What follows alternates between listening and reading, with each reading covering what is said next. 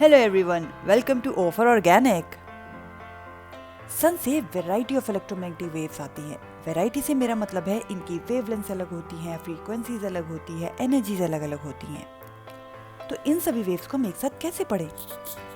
जैसे एक स्कूल में आप सभी बच्चों को अलग अलग नहीं पढ़ा सकते, तो आप क्या करते हैं, आप उन्हें कैटेगराइज करते हैं उनकी एज के हिसाब से।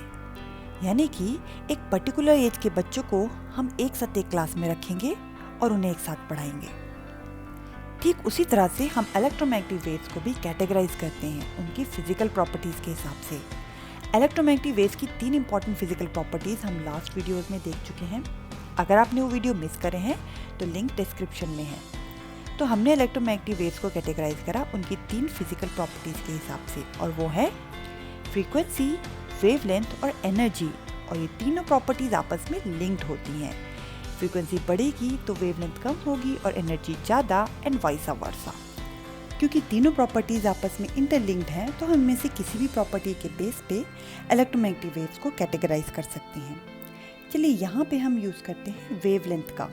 तो हम इलेक्ट्रोमैग्नेटिक वेव्स को वेवलेंथ के हिसाब से कैटेगराइज करते हैं।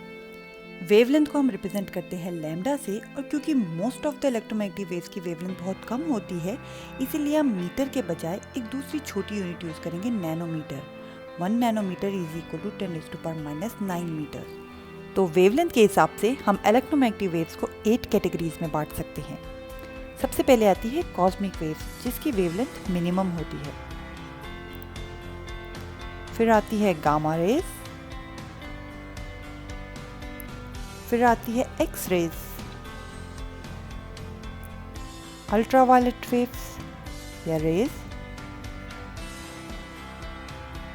विजिबल लाइट जिसे कि हम देख सकते हैं, जिसे हम सनलाइट बोलते हैं, जो कि 7 कलर्स की बनी होती है, विबग्योर। फिर आती है infrared rays, microwaves and finally radio waves. और इन वेव्स के नीचे लिखी है इनकी wavelength range. For example 0.001 nanometre से लेके 0.1 नैनोमीटर तक की सारी वेव्स कहलाएंगी गामा रेज। जिन वेव्स की वेवलेंथ 0.001 नैनोमीटर से कम है वो कहलाएंगी cosmic rays, and so on. तो अगर आपको कोई इलेक्ट्रोमैग्नेटिक वेव पहचाननी है तो आप उसे उसकी वेवलेंथ से पहचान सकते हैं, और आप बता सकते हैं वो कॉस्मिक है, गामा है, एक्स है या कौन सी है।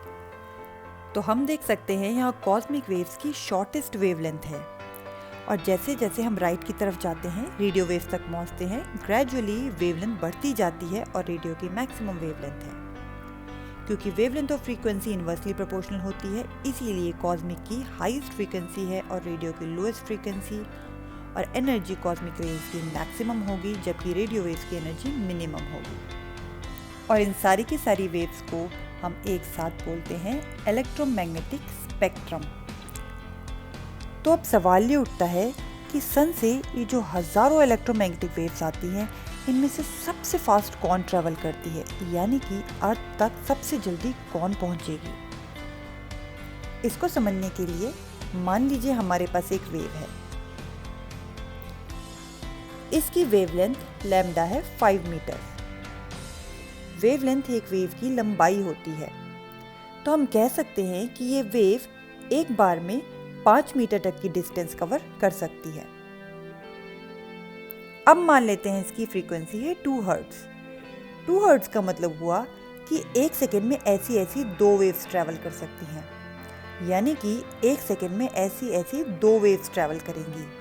और एक वेव 5 मीटर की डिस्टेंस कवर करती है, तो 2 वेव्स 2 × 5 यानी कि 10 मीटर्स की डिस्टेंस ट्रैवल करेगी। यानी कि ये 1 सेकेंड में 10 मीटर चल सकती है, तो इसकी स्पीड या वेलोसिटी हुई 10 मीटर पर सेकेंड। तो हमने वेलोसिटी कैसे निकाली?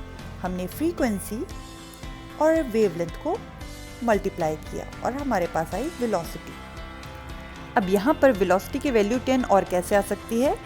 या तो वेवलेंथ 1 हो, फ्रीक्वेंसी 10 हो, या वेवलेंथ 10 हो, फ्रीक्वेंसी 1 हो, वेवलेंथ 2 हो, फ्रीक्वेंसी 5 हो, एंड वाइस वर्सा।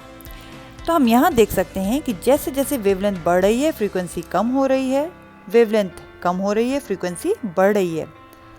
तो ओवरऑल वेलोसिटी हमेशा कांस्टेंट रह रही है। और एक्सपेरिमेंटली ये कांस्टेंट वैल्यू आती है 3 × 10⁸ मीटर पर सेकेंड, जिसको हम रिप्रेजेंट करते हैं c से।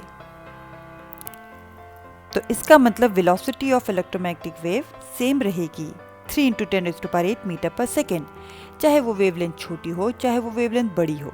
इसका मतलब चाहे वेव कॉस्मिक हो, गामा हो, एक्स हो या कोई और इलेक्ट्रोमैग्नेटिक वेव हो, वो सारी की सारी एक कांस्टेंट वेलोसिटी से ट्रैवल करती हैं। इसका मतलब सन से अर्थ तक पहुंचने में सारी की सारी वेव्स सेम टाइम लेंगी, क्योंकि सारी की सारी एक ही वेलोसिटी से ट्रैवल कर रही हैं। तो ये था इलेक्ट्रोमैग्नेटिक स्पेक्ट्रम के बारे में। अगर ये वीडियो आपको अच्छा लगा हो तो इसे लाइक, शेयर और सब्सक्राइब करना ना भूलें।